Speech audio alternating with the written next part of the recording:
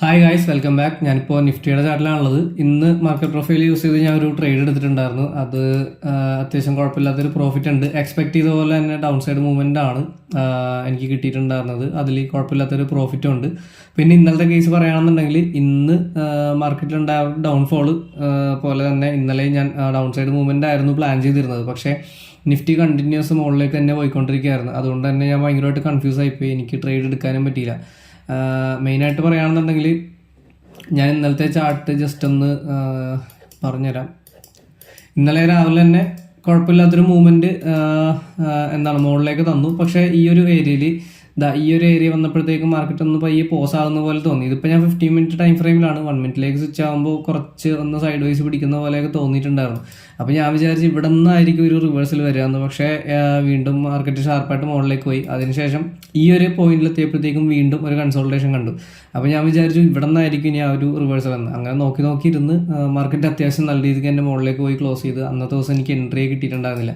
പിന്നീട് എൻട്രി കിട്ടിയത് ഇന്നാണ്. ഇന്നത്തെ എൻട്രി ഞാൻ ഒന്ന് ഷോർട്ടായിട്ട് എക്സ്പ്ലെയിൻ ചെയ്ത് തരാം. ഇവിടെ ഇപ്പോൾ 1 ഡേ ടൈം ഫ്രെയിം നോക്കുകയാണെന്നുണ്ടെങ്കിൽ നമ്മുടെ വീഡിയോ സ്ഥിരം കാണുന്നവരാണെന്നുണ്ടെങ്കിൽ അറിയാം, മാർക്കറ്റ് പ്രൊഫൈലിൽ നമ്മൾ നോക്കുന്നത് ആ ഒരു പ്രൊഫൈലിൻ്റെ വാല്യൂ ഏരിയ ഹൈയിലാണെന്നുണ്ടെങ്കിൽ ഒരു സെക്കൻഡേ ആ ഒരു പ്രൊഫൈലിൻ്റെ വാല്യൂ ഏരിയ ഹൈയിലേക്കാണ് മാർക്കറ്റ് പോകുന്നത് എങ്കിൽ അവിടെ നിന്ന് സ്വാഭാവികമായിട്ടും ഒരു സെൽ ഓഫ് കാണും. അത് ലോങ് ടേം ആയിട്ടായിരിക്കില്ല എങ്കിൽ പോലും ഷോർട്ട് ടേം ആയിട്ടാണെന്നുണ്ടെങ്കിലും ഒരു സെൽ ഓഫ് നമുക്ക് കാണും. പിന്നെ പ്രീവിയസ് ആയിട്ടുള്ളൊരു പ്രൊഫൈൽ നോക്കുകയാണെന്നുണ്ടെങ്കിലും നമുക്ക് പ്രീവിയസ് പ്രൊഫൈലാണ് നമ്മൾ പൊതുവേ ഇതായിട്ട് എടുക്കുന്നത്, റെഫറൻസ് പോയിന്റ് ആയിട്ട് എടുക്കുന്നത്. പക്ഷേ ഇപ്പോൾ നമ്മൾ നോക്കുകയാണെന്നുണ്ടെങ്കിൽ നമ്മൾ നവംബർ ഏകദേശം തീരാറായി. അതായത് ഇനി പ്രീവിയസ് പ്രൊഫൈൽ നോക്കേണ്ടതായിട്ട് ആവശ്യം വരുന്നില്ല.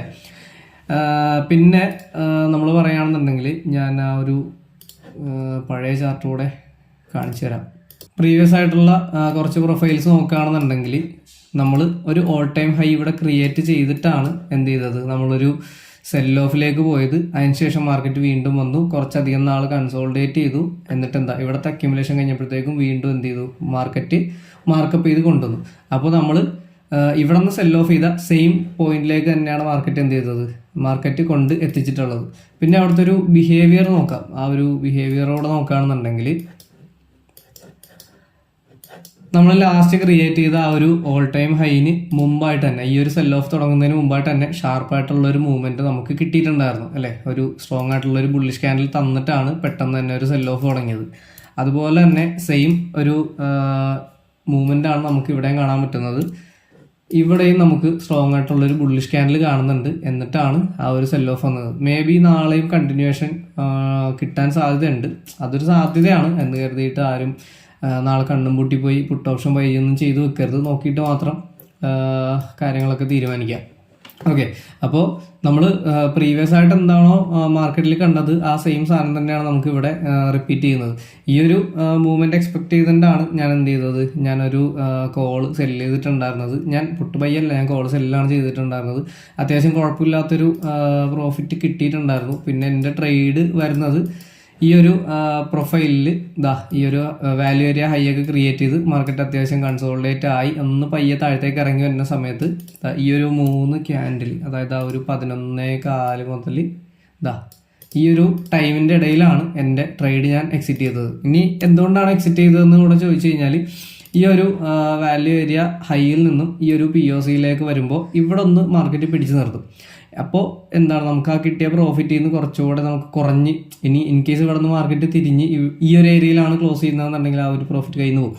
അപ്പോൾ അതുകൊണ്ട് ഞാൻ എന്ത് ചെയ്തു, ഈ ഒരു POCയിലേക്ക് വരുന്ന സമയത്ത് ഞാൻ എന്ത് ചെയ്തു, എക്സിറ്റ് ചെയ്ത് മാറി. മാർക്കറ്റ് അത് കഴിഞ്ഞിട്ട് താഴത്തേക്ക് അത്യാവശ്യം നല്ല രീതിക്ക് വന്നു. പക്ഷേ പ്രീവിയസ് ആയിട്ടുള്ള ഒരു പ്രൊഫൈലിൻ്റെ ആ ഒരു വാല്യൂ ഏരിയ ഹൈ അല്ല, ആ ഒരു POCയിൽ നിന്ന് വീണ്ടും പ്രൊജക്റ്റ് ചെയ്ത് മാർക്കറ്റ് മുകളിലേക്ക് കൊണ്ടെത്തിച്ചിട്ടുണ്ട്.